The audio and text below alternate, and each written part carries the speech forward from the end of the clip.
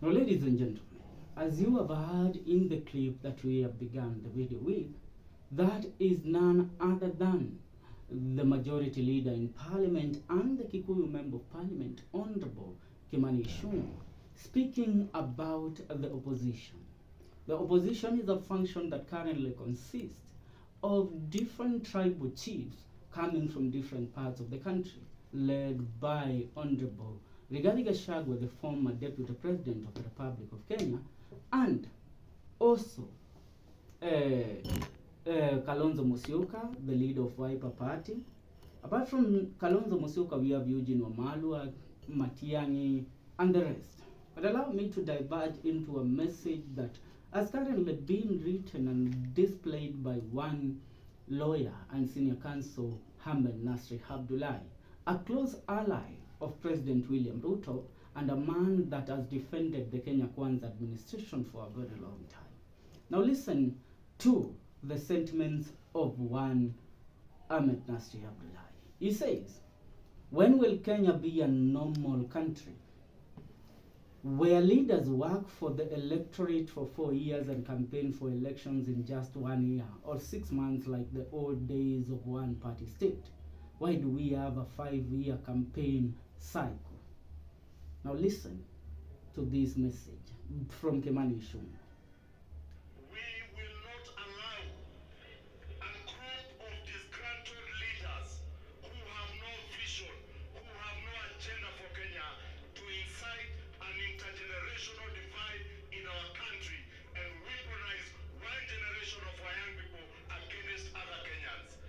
Now, Kimani Ichung'wah's sentiments will linger in the minds of Kenyans at this period because it is the period that led to the birth of the Gen Z revolution in the year 2024. Why am I saying that? As we speak right now, the Finance Bill year 2025 has been displayed out. Kenyans are taking turns in reading and trying to interpret the Finance Bill in their own understanding. And now Kimani Ichung'wah, it seems that he sees that Kenyans, and I mean the Gen Zs, are again in the cycle that we were last year when the anti-finance bill year 2024 campaign started, which led to the death of so many comrades in the streets of Nairobi. Now, going back to the message of lawyer Ahmedñassir Abdullahi asks us, when will Kenya become a normal state? When will Kenya stop being in the cycle that we have always been? That once a government is elected, it begins its cycle of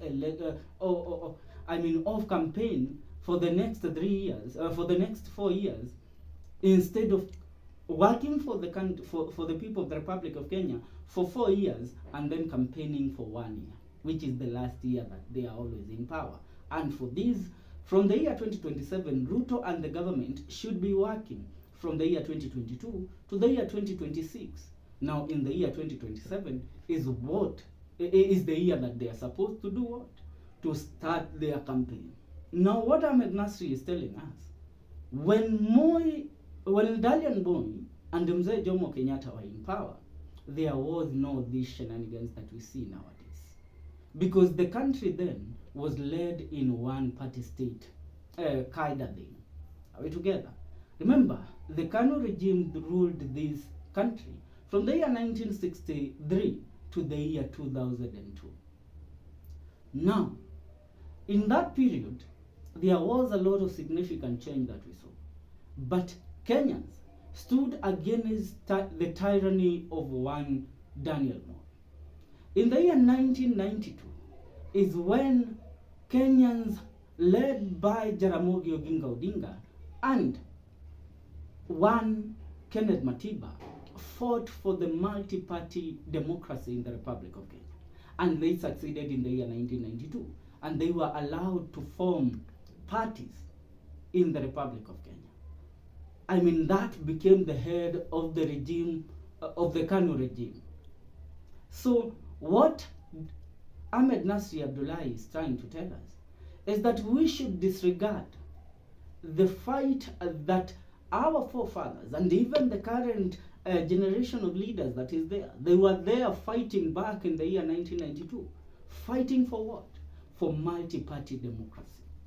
They fought so hard to liberate this country from the shackles of doom which were led by one Daniel Moi.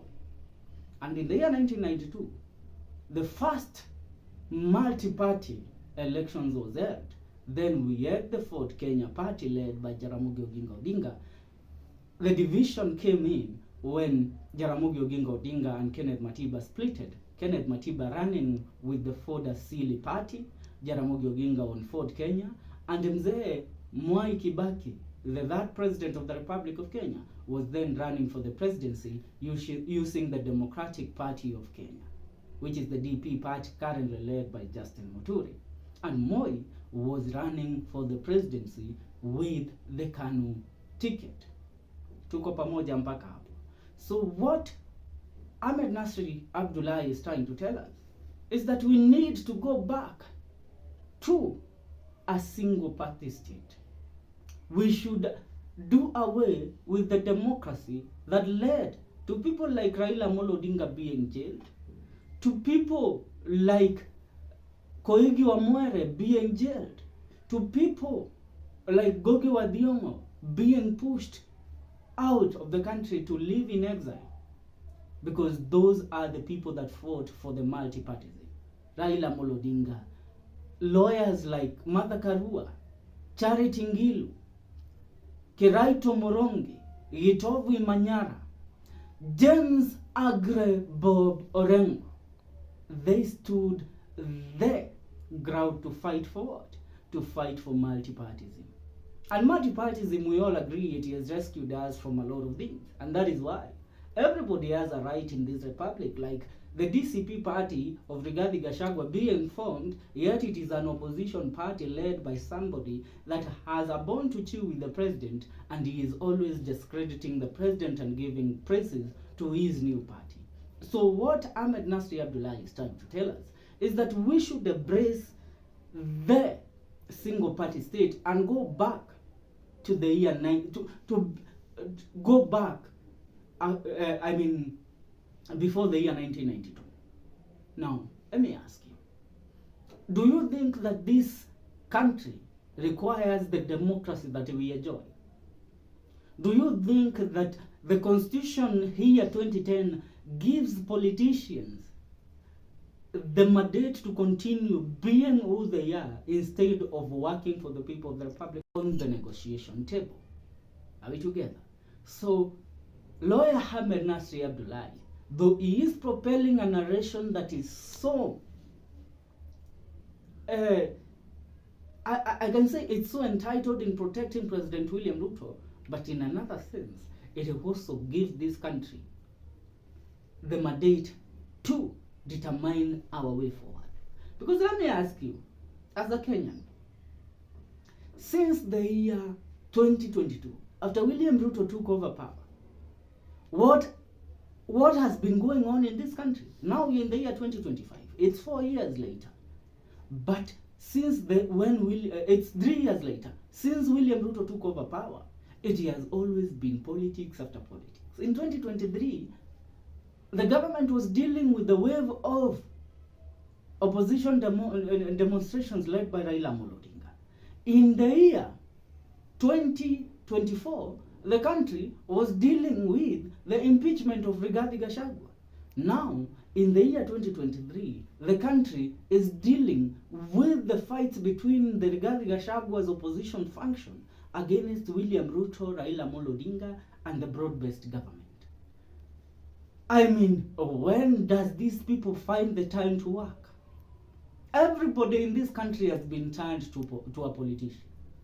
Even the artists and everybody that is in the creative industry, they have been turned into activists and politicians. What now?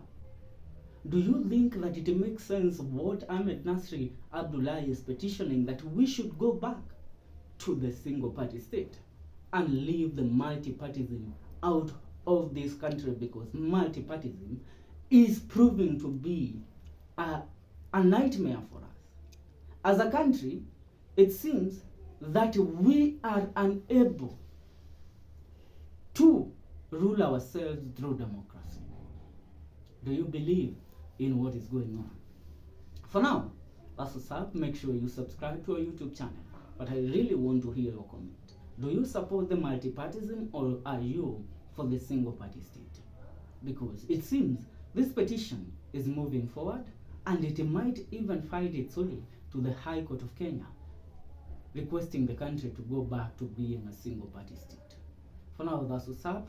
Make sure you subscribe. See you in our next video. This is the Kenyan Daily Report and Janjalamjini KE.